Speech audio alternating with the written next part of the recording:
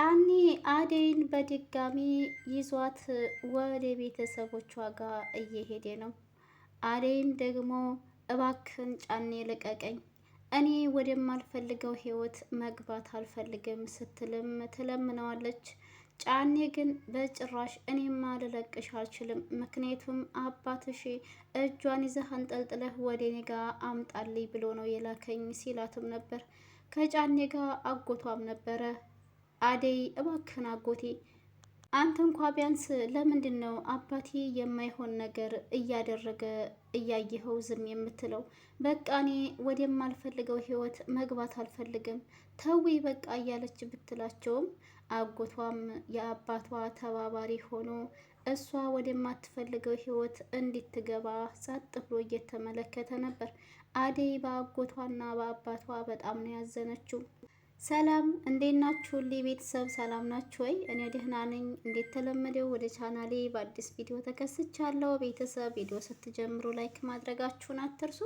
አደይ ሰራተኛዋ የሚለውን ድራማ ይዤላችሁ ነው የመጣሁትኝ። ቆይታችሁ እስከ ቪዲዮ ፍጻሜ እንዲሆን በትህትና ጠይቃችኋለሁ። ፕሊስ ላይክ አድርጉ ቤተሰብ። አደይ በእንቢታዋ ከነ ጫኔ አምልጣ ልትሮጥ ስትል ጫኔም በያዘው ገመድ እጅና እጇን ወደ ኋላ ግጥም አድርጎ ሊያስራት ሲል አጎትየው እንዴ ጫኔ ምን እያደረክ ነው ሲልም ይጠይቀዋል። ጫኔም እና ታዲያ እንደዚህ የሆነች ብታመልጠን ለአባቷ ምን ብለን ልንመልስ ነው? እኔ እኮ የታዘዝኩትን ነገር ነው የማደርገው፣ ምንም የማውቀው ነገር የለኝም ሲልም ይመልስለታል። አጎትየውም ቢያንስ እጇ መታሰር የለበትም ራሷ ዝም ብላ መሄድ ያለባት ሲልም ነበር ትዕዛዝ የሰጠው። ጫኔ ግን አደይ እንደምታመልጠው ስላወቀ እጅና እጇን ግጥም አድርጎ በገመድ ከኋላ ያስራታል። አደይም አጎቷን ቤተሰቦቿን ትታ ወደ ከተማ የሄደችው የማትፈልገውን ሰው ላለማግባት ስትል እንደሆነ እናም አጎትየውም አደይን እነሱ የፈቀዱትን ሰው ማግባት እንዳለባት ነበረ ከአባቷ ጋር ተባብሮ እያወራት የነበረው። አደይም ደግሞ ዴቭ ፍቅረኛዬ ነው፣ የእሱ ሽምግልና የምትቀበሉ ከሆነ ተቀበሉ፣ አለበለዛ ግን እኔ የማደርገውን አድርጋለሁ ስትልም ነበር። አጎትየውም ደግሞ አደይ ያለችው ነገር በጭራሽ እንደማይሆንና ያንን ንጉስ የሆነ ልጅ ብታገቢ አባትሽ ምን ያክል ክብርና ሀብታም እንደሚሆን አታውቂም ወይ ሲላትም ነበር። አደይ ደግሞ በዚህ ነገር ላይ በጭራሽ አትስማማም። ዴቭን ማግባት ትፈልጋለች። ቤተሰቦቿ ደግሞ ፈቃደኛ አልነበሩም። ለዛም ነው እንግዲህ በተደጋጋሚ አደይን እያገቱ ወደ አባቷ ጋር ሲወስዷት የነበረው። አደይም እኔ ለአባቴ ልጁ ነኝ፣ ከንብረት በፊት ደግሞ የኔ ፍላጎት ነው መከበር ያለበት፣ ስለዚህ ጫኔ ልቀቀኝ እያለች ጫኔ እጅና እጇን ይዟት ስለነበረ ከሱ ጋር ትታገላለች። ጫኔም ደግሞ ሊለቃት ፈቃደኛ አልነበረም።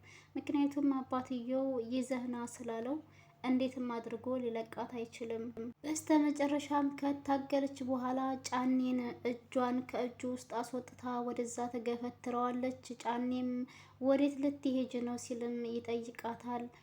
አደይ ወደ መጣሁበት ነው የሚሄደው ስትል ትመልስላቸዋለች። አጎትየውም እኔን የማታከብርኝ ከሆነማ በይ ሂጂ።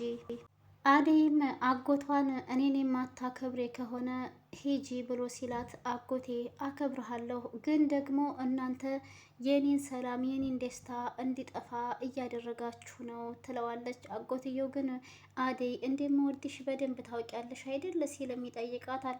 የእሷ ምላሽ ግን ብትወደኝ ኖሮማ አባዬ ያልሆነ ነገር እያደረገ ስታየው ዝም ብለህ አትመለከተውም ነበር። ምክንያቱም የኔ ደስታ እናንተን ሊያስደስታችሁ ይገባ ነበረ። ደስታዬ ስለማያስደስታችሁማ ይሄው ከአባቴ ጋር ተባብረህ እኔን ወደማልፈልገው ህይወት እንድገባ እየገፋፋችሁና እያስገድዳችሁ ነው ያላችሁት ስትልም ለአጎቷ አደይ ትመልስለታለች። የአደይ አጎትም አይ ልጄ ይሻልሻል፣ ይልቅንስ ክብርሽን አስጠብቂ፣ ልጁ ከማንም በላይ ነው አድርጎ አንቀባሮ ነው የሚያኖርሽ ሲልም ይነግራታል። አደይ ግን በጭራሽ ይህንን ህይወት አትፈልገውም። እሷ የምትፈልገው ህይወት ከዴቪድ ጋር ተጋብታ መኖር ነው። ቤተሰቦቿ ደግሞ በዚህ ነገር ላይ ፈቃደኛ አልሆኑላትም። አሁን ያላት አማራጭ ከእነሱ ወጥታ አምልጣ መሄድ ነበር። አደይም ደግሞ ከዚህ በላይ ከሰው በላይ መሆን እንደማትፈልግና ፈጣሪ የሰጣት ነገር በደንብ እንደሚበቃትም ነው የመለሰችላቸው። አደይም የምትፈቅዱልኝ ከሆነ ፍቀዱልኝ፣ አለበለዛ ግን አንፈቅድም የምትሉ ከሆነ እኔ የምወስነውን ውሳኔ እወስናለሁ። አባቴ የተሻሻለ መስሎ የነበረ ተመልሼ የመጣሁት ግን ምንም የተሻሻለው ነገር የለም። ስለዚህ አዝናለሁ ትልና ካጠገባቸው አምልጣ ትሄዳለች። ጫኔ ልክ አደይ ስትሄድ ተከትሏት እንቅ ያደርጋታል። እሷም እባክህ ልቀቀኝ፣ በቃ ጨርሰናል፣ ከዚህ በኋላ ምንም አይነት ነገር አትናገሩኝ፣ አትጠይቁኝ ስትልም ነበር ያወራችው። ጫኔ ደግሞ አጎቷ ምንም እንደማያገባው ነው ያስረዳት። ሮማን ፍቅርን አስጠነቀቀቻት። ከዚህ በኋላ ከዴቪድ ጋር ምንም አይነት ቅርርቦች እንዳታደርግና አደይና ዴቪድ በቅርቡ ሊጋቡ እንደሆነ እያወራችላት ነበረ።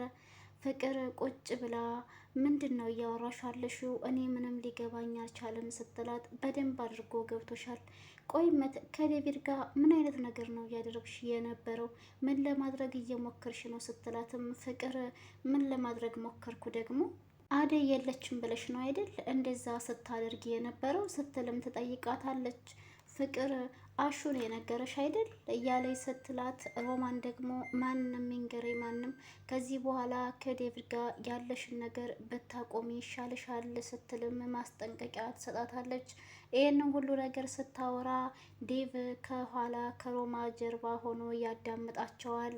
ሮማም እህቴ አደይ የለችም ብለሽ አንዲት ነገር ለማድረግ ብትሞክሪ እኔ ዝም ብዬ የማይሽ አይደለሁም ትላለች ፍቅር። ቆይ ግን ምን አድርጌ ነው እንደዚህ እየሆንሽ ያለሽው ስትላትም ከዴቭ ጋር ለምንድን ነው በግል የምትገናኙት የሚል ጥያቄ ነው እንግዲህ ሮማ እየጠየቀች ያለችው። ፍቅር ልክ ዴቭ ከጀርባ ከሮማን ጀርባ እንደመጣ ስታይ ዴቭ እኮ ወንድሜ ነው የሚል ንግግር ነበር የተናገረችው። ሮማ ደግሞ ዴቭን ስላላየችው እንደዚህ እየለበሽና በግል እየተገናኛችሁ ወንድሜ ነው ልትይኝማ አትችይም ትላታለች። በተደጋጋሚ መኝታ ክላስ ውስጥም እንዳየቻትና ከዚህ በኋላ ከእሱ ጋር መራቅ እንዳለባት አደይና ዴቭ በቅርቡ ሊጋቡ እንደሆነ እሷም ደግሞ ይህንን ነገር ስታደርግ ዝም ብላ ማየት እንደማትችል ነው እንግዲህ ያስረዳቻት ማለት ነው። ይህንን ነገር ሁሉ ስታወራ ዴቭ ከጀርባ ሆኖ እያዳመጣቸው ነበረ። የዚህ ጊዜ እንግዲህ ዴቭ ሮማን ምን እያደረግሽ ነው ያለሽው ሲልም ያስደነግጣታል። ሮማን በድንጋጤ ዴቭ በጣም ይቅርታ። ፍቅርም ነገረኛ የሆነች ልጅ አያት አይደል ዴቭ እንዴት ስታስፈራራኝ እንደነበረ የሚል ንግግር ነው የተናገረችው።